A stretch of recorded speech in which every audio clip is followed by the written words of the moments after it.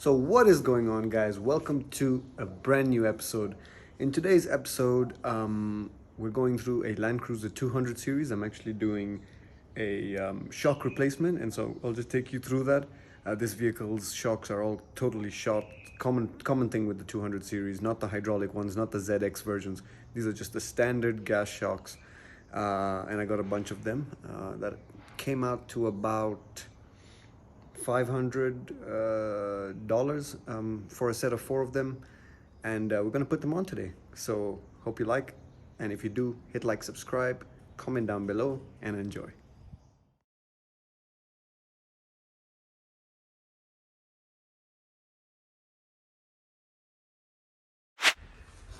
So this is the vehicle in question today, Land Cruiser 200 series 2008 facelifted to 2013, and needs some shocks. We're running some 285, 65, 18 tires, which look pretty mean. They're Maxxis Razors.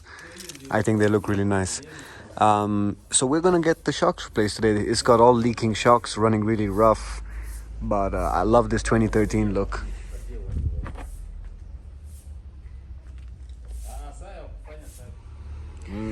So here are our shocks, 200 series shocks, standard. Yeah, that's front, and this is rear.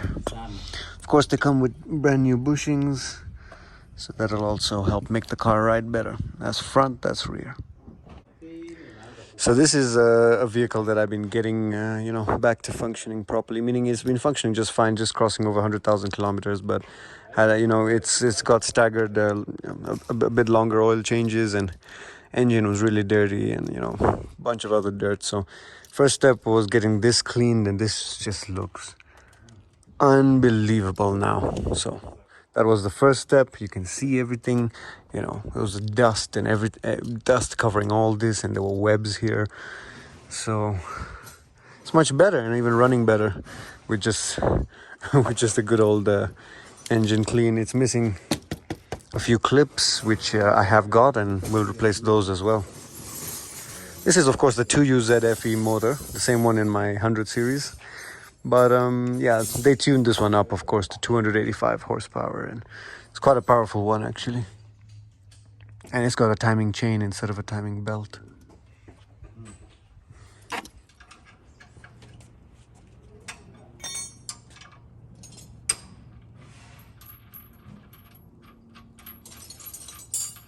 It's just going down. This one you have to use force, and I see. And it releases proper. See this one goes. So not leaking, but still worn, huh? They just worn out. Still worn. No mean away.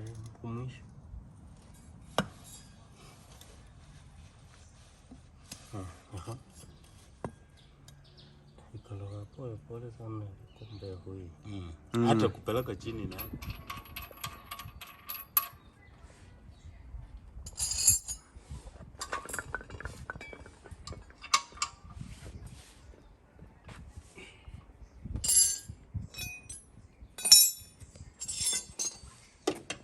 back to the 200, you can see we've got coils and the shocks within the coils on the front wheels and the back wheels, and I believe this car is very comfortable.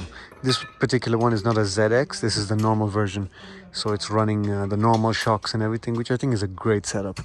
And it doesn't have any lift, it's running these 285 big wheels. But yeah, just a quick update. Let me show you the vehicle from the front.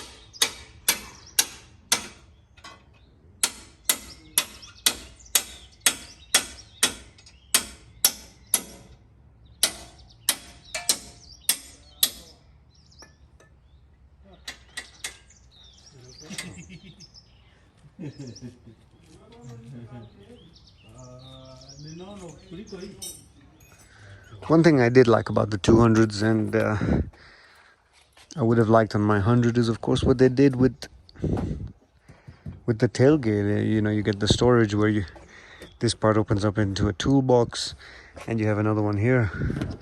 This is a much It was a very cool use of the tailgate actually. Of course, one of the common failure points in these cruisers, or especially the 200s, is these bloody hydraulic shocks. Good example of one that's pretty gone, needs replacement.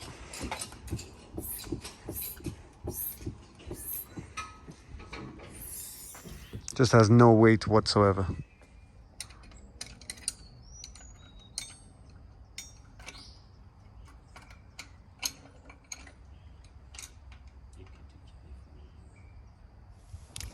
So we're still going, of course. Did the back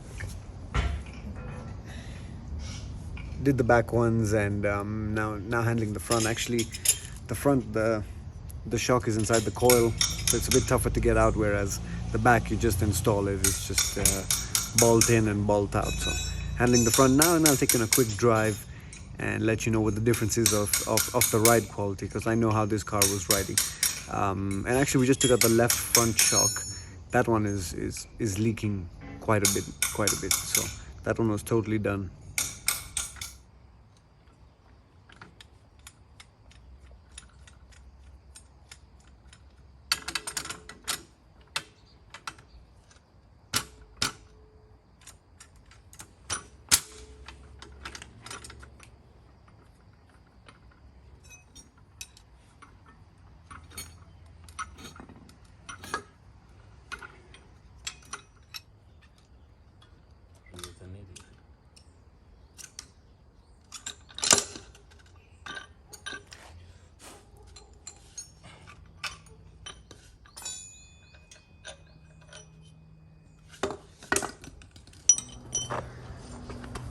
Alright, so we got one of the fronts out. They're right here with me. If you can see, I held both of these. This one is significantly heavier than this. This is totally leaked out. As you can see, all the gas is gone, and that's why it was riding so rough. So much better, brand new, and yeah, self-explanatory. So just a better view here on both the shocks, as you can see.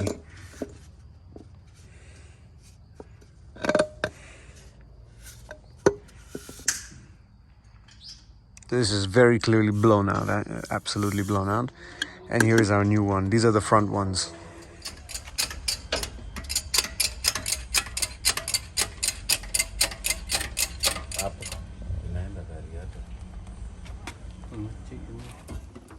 So as I was saying, I found it quite interesting that the big 200 series actually has the McPherson's strut in the front. In the front it has the coil, and then the strut is inside the coil, as I just showed you. And that's known as the McPherson's strut. And then in the rear it just has the shock separate from the coil. And it's interesting that they went to that after the 100 series. And I know in my Cygnus it's different because of the AHC. But I've driven the 200 and it does feel quite nice, quite refined.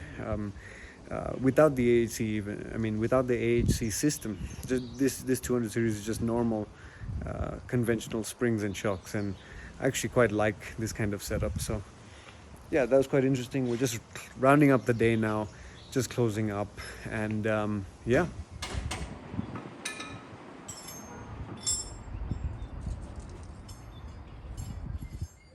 Yours is torsion bar in front. Also in the front. In front is torsion bar, coil springs is the back. Oh. Yes. Oh, yeah. All right. But this one has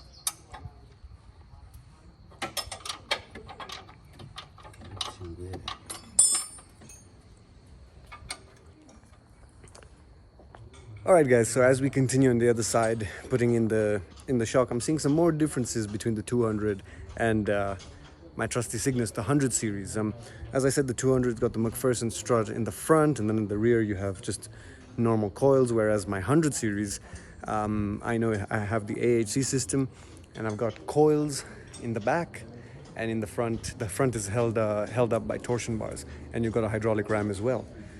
The other interesting thing I just saw when we were putting in the strut of the 200 is that the 200 series stabilizer bar actually runs ahead of the wheel. It comes towards the front, whereas in my 100 series, stabilizer bar goes towards the rear of the wheel.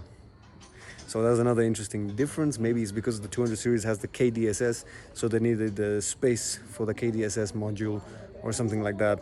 I'm not sure, but interesting things that we're noting as we're just closing up the day.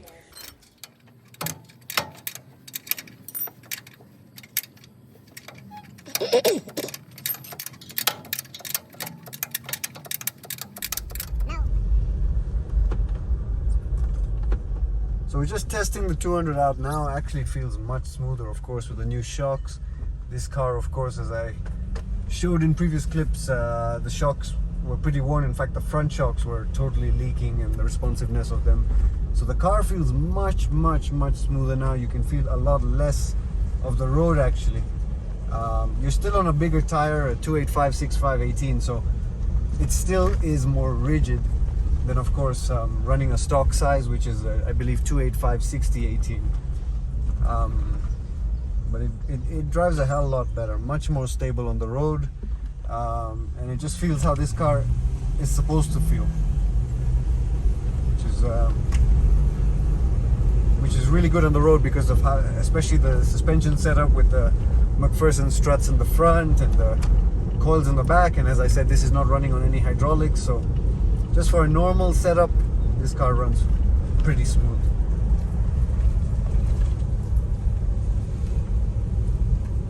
Done. Shock replacement on 200 series. That's it. Hope you guys enjoyed. If you did, hit like, subscribe, comment down below, and I'll catch you in the next one.